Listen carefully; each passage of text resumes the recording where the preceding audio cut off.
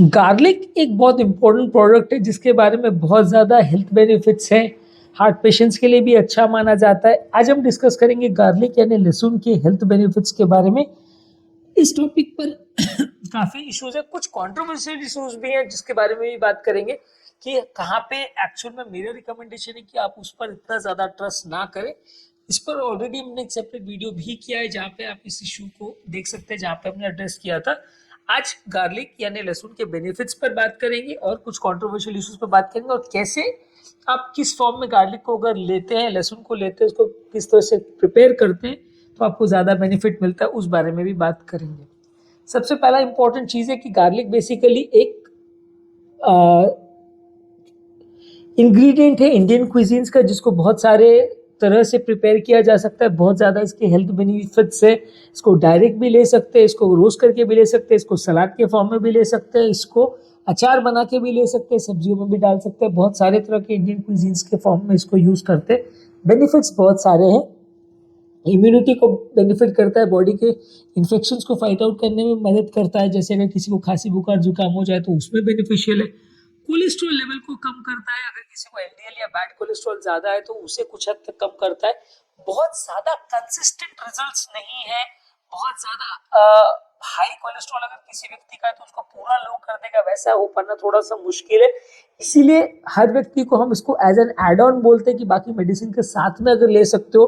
आपको अगर ज्यादा कोलेस्ट्रॉल लेवल है तो, अगर बॉर्डर लाइन किसी का कोलेस्ट्रॉल है यानी एलडीएल 100 का कट ऑफ है किसी का और उसको 110 120 है तो डेफिनेटली आप इस तरह का चीज़ों को यूज़ करके उसको नॉर्मल लेवल्स पे ला सकते हैं। पर अगर आपका 100 का कट ऑफ है और आपका एलडीएल 200 है तो 200 से 100 आप इसको ला नहीं पाएंगे। और उतना लेवल पर लाने के लिए आपको जितना ज़्यादा गार्लिक खाना पड़ेगा वो उतना ज़्यादा फायदा नहीं करेगा, आपकी बॉडी को उल्टा गर्म करेगा, नुकसान कर सकता है। तो इसलिए बहुत ज़्यादा मात्रा में नहीं लीजिए। नेक्स्ट, ब्लड थिनिंग एक्शन इसका है, थोड़ा खून पतला करता है। कई लोग ऐसा रिकमेंड करते हैं कि हार्ट अटैक अगर किसी व्यक्ति को आए तो उसके मुंह में लहसुन और अदरक अगर दे दिया जाए तो हार्ट अटैक को पूरी तरह से ठीक कर सकता है। ये वो कंट्रोवर्सी है जिसको मैंने ऑलरेडी एक अलग वीडियो में एड्रेस किया है। ये आप बिल्कुल मत करिएगा क्योंकि ये बहुत अनरिलायबल चीज़ है। ब्लड थिनिंग प्रॉपर्टी इसकी जो है वो बहुत ज़्यादा कंट्रोवर्शियल है, बहुत ज़्यादा स्ट्रॉन्ग नहीं है। और एग्जैक्टली कितना ब्लड थिनिंग करेगा, कितना कॉन्सेंट्रेशन आपको चाहिए, कब आपको ऐसा है कि कितने डोज में आपका खून कम पतला हुआ, कितने डोज में ज़्यादा पतला हुआ, इसकी कोई रिकमेंडेशन अवेलेबल नहीं है। क्योंकि इसका जो ब्लड थिनिंग प्रॉपर्टी है वो अलग अलग फ्रूट्स में अलग अलग लेवल का हो सकता है। ऑब्वियसली कोई भी प्लांट बेस्ड प्रोडक्ट में ये थोड़ा सा बड़ा प्रॉब्लम आता है कि उसमें एक पर्टिकुलर सब्सटेंस का कॉन्सेंट्रेशन वेरी कर सकता है, क्योंकि प्लांट्स को बहुत अलग अलग तरह से बनाया जाता है। बहुत सारे वैरायटी के प्लांट्स होते हैं। कोई भी दवा में तो ये होता है कि एक पर्टिकुलर केमिकल या एक्सट्रैक्ट एक पर्टिकुलर कॉन्सेंट्रेशन में होगा।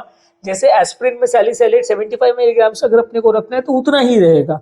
लेकिन अगर इसमें सैलिसिलेट की अगर हम बात करें तो वो किसी जगह से अगर लहसुन आएगा तो उसमें हो सकता है ज़्यादा मिले, किसी जगह से कम मिले। आजकल अलग अलग तरह के हाइब्रिड्स बनाए जाते हैं जहाँ लीड बढ़ा सके या खेतीबाड़ी करने में किसानों को ज़्यादा ईल्ड मिले, ज़्यादा अमाउंट में वो बना सके, पेड़ से ज़्यादा ईल्ड निकले। तो उसमें वो मेडिसिनल प्रॉपर्टी उतनी आ रही है कि नहीं आ रही है वो रिसर्च अलग से कर पाना बहुत मुश्किल है, उसको प्रूव कर पाना बहुत मुश्किल है। इसीलिए इनकी मेडिसिनल प्रॉपर्टीज और कितना डोज पे इसको लेना है इसको क्वांटिफाई कर पाना बड़ा मुश्किल है। इसलिए थोड़ा सा इनका बेनिफिट जो है अनरिलायबल रहता है।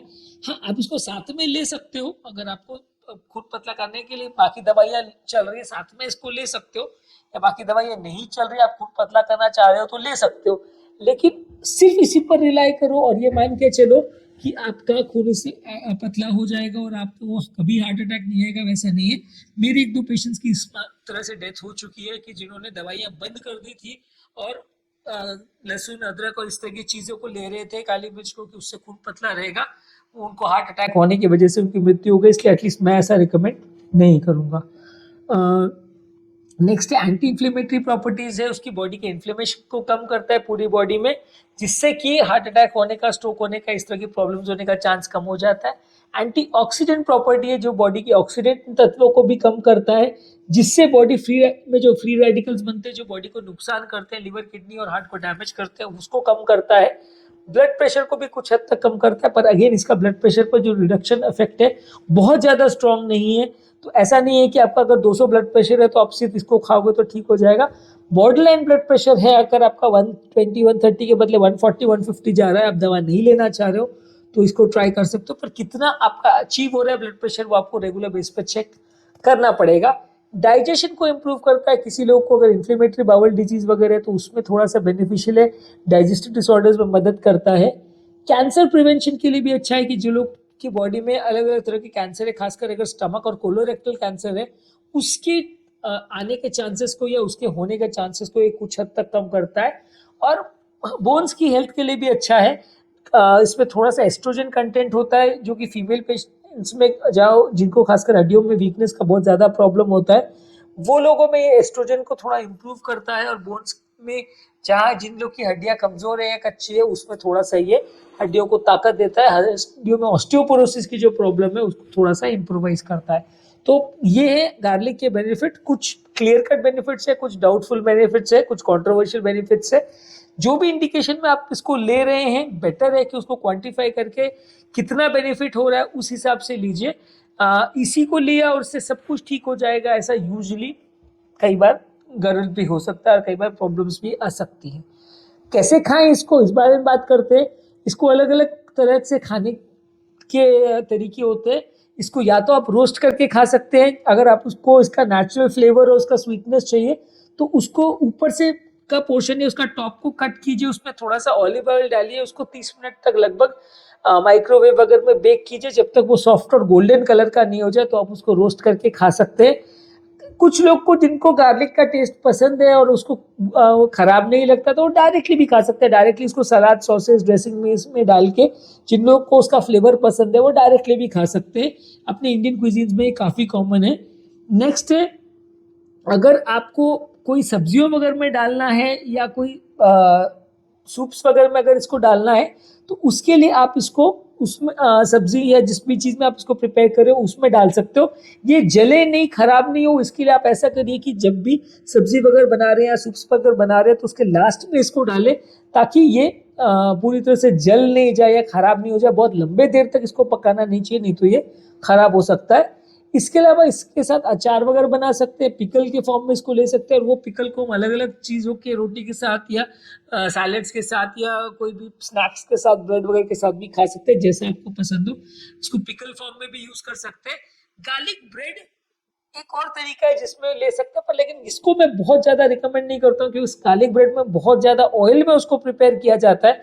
एक्चुअल रिकमेंडेड ये है कि जो गार्लिक ब्रेड आप प्रिपेयर कर रहे हो उसको बटर और गार्लिक को उस पर ब्रश करके उसको बेक करिए जब तक वो गोल्डन नहीं हो जाए। लेकिन इसमें बटर का कंटेंट इतना ज़्यादा हो जाता है कि जो गार्लिक से कुछ थोड़ा बहुत बेनिफिट होना भी होता है वो भी नहीं हो पाता है। जो बड़े बड़े फूड जॉइंट्स मैकडोनल्ड्स और डोमिनोज और इस जगह पे जो गार्लिक ब्रेड अवेलेबल रहती है वो फ्रैंकली मैं कहूँ बहुत ज़्यादा हेल्दी तो नहीं होता है, क्योंकि गार्लिक से अगर थोड़ा बहुत बेनिफिट होने भी वाला होता है वो भी इसमें लॉस हो जाता है, क्योंकि उसमें इतना ज़्यादा ऑयल साथ में चला जाता है कि वो बहुत हाई कैलोरी इंटेक हो जाता है। तो इसलिए वो तरीका एटलीस्ट आई डोंट रिकमेंड। बाकी आपको उसका सलाद फॉर्म में लेना है या डायरेक्ट खाना है या रोस्ट करके खाना है बहुत ज़्यादा ऑयल के यूज़ किए बिना, वो ज़्यादा हेल्दी तरीका है इसको खाने का। दिन भर में 1 से 2 का लिया अगर आप मॉर्निंग में खाते हैं तो वो ज़्यादा अच्छा है। कई लोग बहुत ज़्यादा खाने की कोशिश करते हैं तो वो हेल्थ के लिए उतना ज़्यादा अच्छा नहीं है, उसमें थोड़ा सा नुकसान होने का चांस ज़्यादा रहता है। तो आज हमने बात की लहसुन यानी गार्लिक के बेनिफिट्स के बारे में। यदि इस टॉपिक को संबंधित आपकी कोई कमेंट्स, क्वेरी, सजेशन है, कोई और टॉपिक्स पर आप चाहते हैं वीडियोस बनाएं, कोई पेशेंट रिलेटेड क्वेरीज है तो नीचे कमेंट सेक्शन में उनके बारे में बताइए, हम उन्हें कवर करने का प्रयास करेंगे। अंत में मैं डॉक्टर नवीन अग्रवाल तहे दिल से आपका शुक्रिया अदा करूँगा कि आपने इस टॉपिक को एंड तक देखा। जो लोग हमारे चैनल पर नए हैं उन्हें रिक्वेस्ट करूँगा कि चैनल को सब्सक्राइब करें।